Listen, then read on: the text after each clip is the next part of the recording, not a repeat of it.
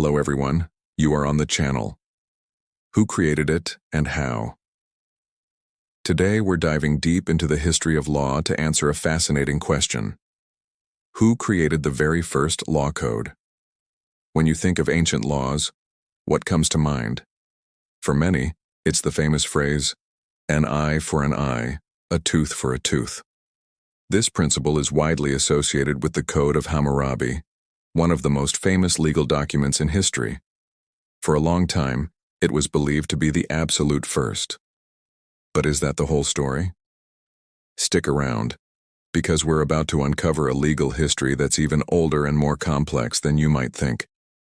We'll journey back to ancient Mesopotamia, the cradle of civilization, to find the true origins of written law. Before we crown Hammurabi, let's set the stage.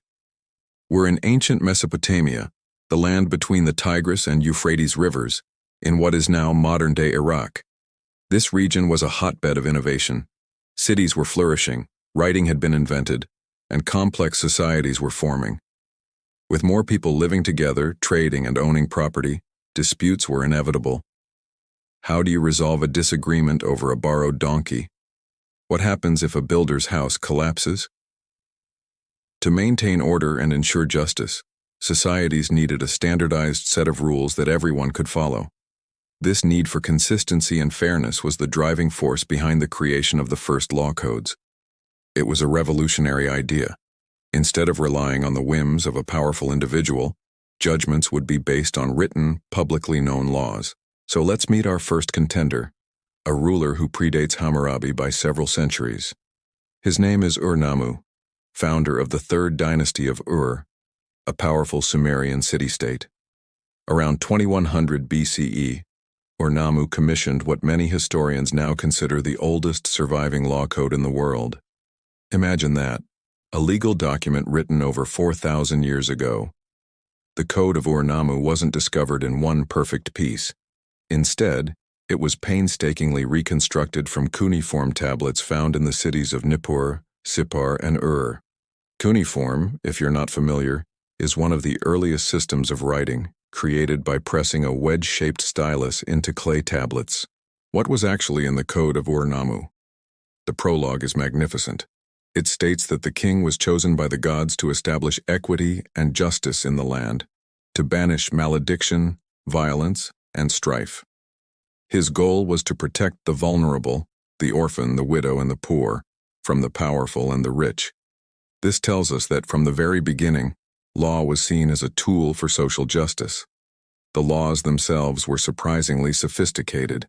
They covered a wide range of issues from witchcraft and runaway slaves to personal injury. For example, if a man knocked out another man's tooth, the penalty wasn't to have his own tooth knocked out. Instead, he had to pay 2 shekels of silver. This is a key difference from Hammurabi's later code. The Code of Ur-Nammu relied heavily on monetary compensation, or fines, rather than the eye for an eye principle of retaliation. It dealt with divorce, agricultural rules, and even accusations of sorcery.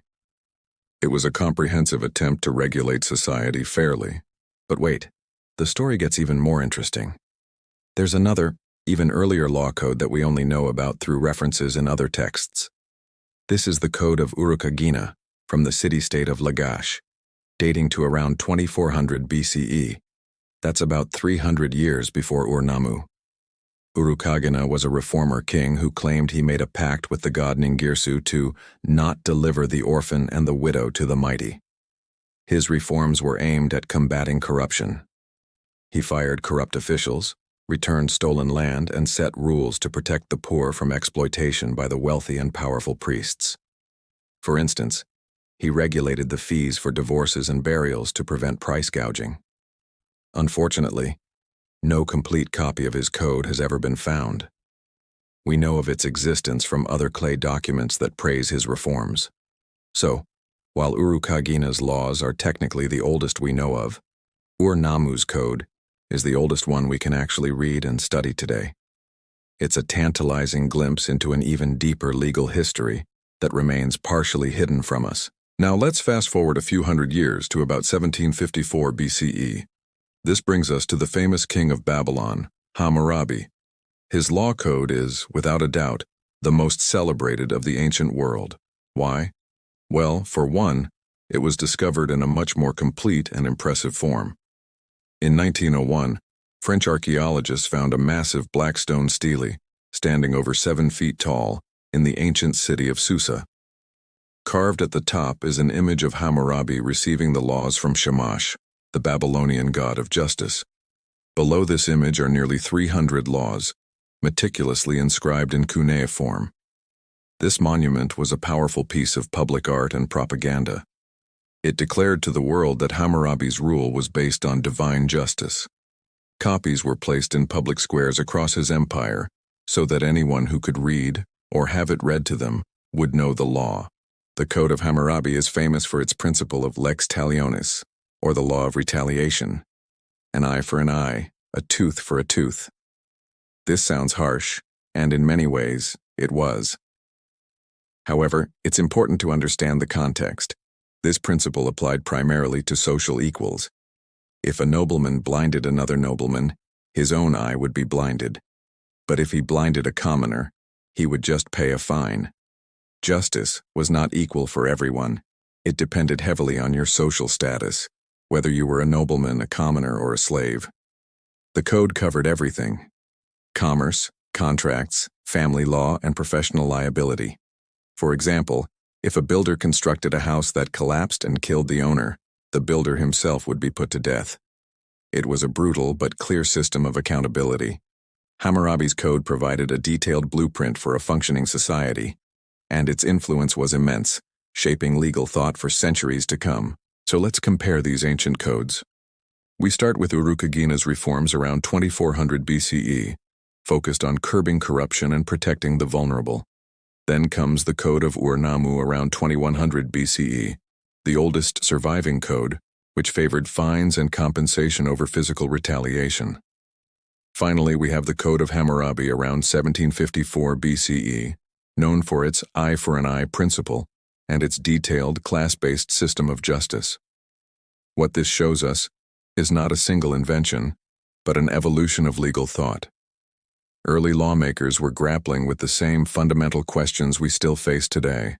How do we create a just society? How do we protect the weak from the strong? How do we resolve disputes peacefully? The shift from monetary fines in Ur-Nammu's code to the physical punishments in Hammurabi's could reflect a change in cultural values or a different approach to deterrence in a larger, more diverse empire. So who made the first law code? The answer isn't a single name. If we're talking about the first known legal reformer, the credit goes to Urukagina of Lagash. If we're asking about the oldest surviving text of a law code that we can read today, the answer is Ur-Nammu of Ur. And if we're thinking of the most famous, comprehensive, and influential ancient law code, that would be Hammurabi of Babylon. The creation of law wasn't a single event, but a gradual process. It was a remarkable human achievement that began in ancient Mesopotamia and laid the foundation for every legal system that has followed. These ancient kings, by writing down their laws, took a monumental step away from arbitrary rule and towards a society governed by predictable written principles, a concept that remains the bedrock of modern civilization. They recognized that for a society to thrive, justice couldn't just be an idea. It had to be written, seen, and upheld. Thank you so much for joining me on this journey through ancient legal history. It's amazing to see how ideas from thousands of years ago still resonate with our own concepts of justice and fairness today. What do you think is the most important function of law? Let me know in the comments below. If you enjoyed this video and want to learn more about the who and how behind history's greatest innovations, please give this video a thumbs up and don't forget to subscribe to the channel and hit that notification bell so you won't miss our next exploration. Thanks for watching, and see you next time.